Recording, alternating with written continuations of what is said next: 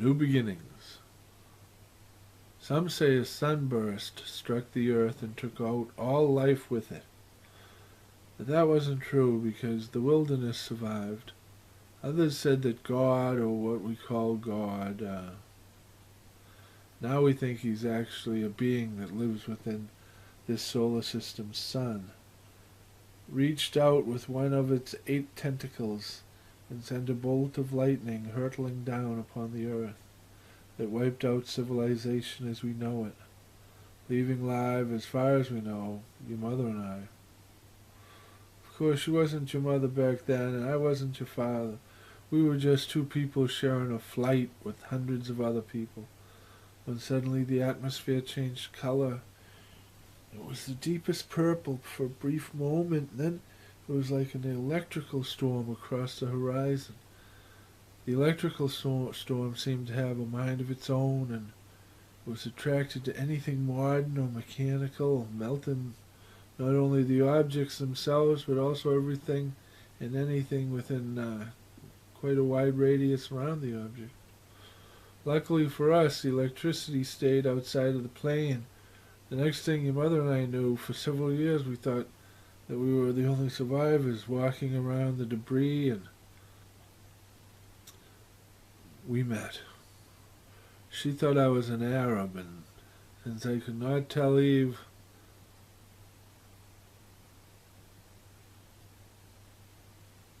and since I knew I could tell what Eve was by her dress, I played along. Luckily, by the time she discovered the truth, we had both already fallen in love. When we began having you kids, we looked around for a holy book to raise you kids right. We even agreed that no matter which holy book we found, we would embrace it. But finding none, we settled on a Superman comic. As far as we know, the only written word that survived. 17 kids, and we have yet to find a single book that survived outside of that comic book. Not much to base a new society upon, but we are managing thanks to the Superman. My mom tells it a little different. We were on a plane. I was coming back from Singapore with my family. I do not remember your father from the plane. He had been in a place called Australia, closing a very important business deal, and I was returning with my family from Singapore.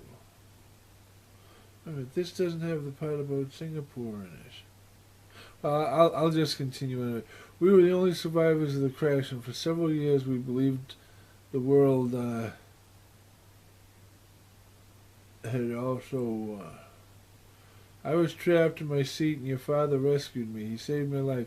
Many times he is a good man. One time, if it wasn't for him, I would have been eaten by the tigers, and none of you would have been born. We were so happy when the survivors from a cruise ship showed up on our beach, and our community expanded. Ghost Vegas. And then it always comes to the part about the ghosts. We love when Mama tells us about the ghosts.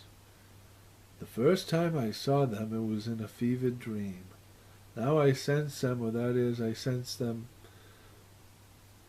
I remember it well. We were all standing about waiting for the train to pull into the station. A man said to me, the train should be pulling into the station soon to pick you up, and none of us want to miss it. I said, what? And he said, well, as best I can figure it, we are psychic electrical energy left over from when something bad happened. A lot of us died all at once, too many for the system to handle.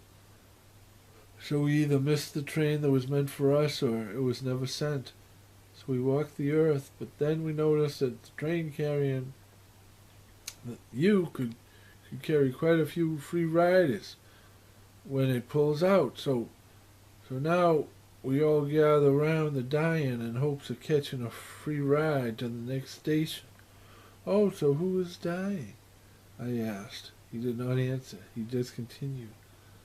But just outside of the station is where the track split, and the train either turns up towards the stars or down towards the earth. And by that time, any free rider on board is stuck, because a few of them have already jumped trying to save themselves from going down into the earth. And it isn't pretty. Once outside of the station, they can't get back, and they can't go forward. So they slowly lose form, and they can't hold together, and they turn into these monstrosities of pain and suffering. We're all afraid of them, trapped psychic energy. So after the train departs, you are committed to ride it all the way.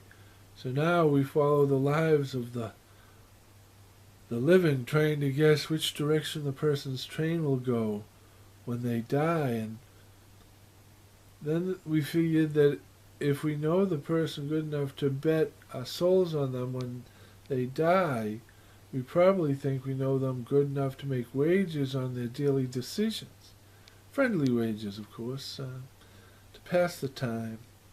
It's as if the earth has become Ghost Vegas for us, but one big casino. We bet on the day-to-day lives of the people we are following. What do you wager? Whatever we died with, he said. That's when I woke up. And since then I have heard the story told to me countless times by people I have watched battling illness as they drift in and out of consciousness, fighting feverish dreams. They all wake up talking about the same station, Ghost Vegas. I visited there once. I'm sure I'll visit there again.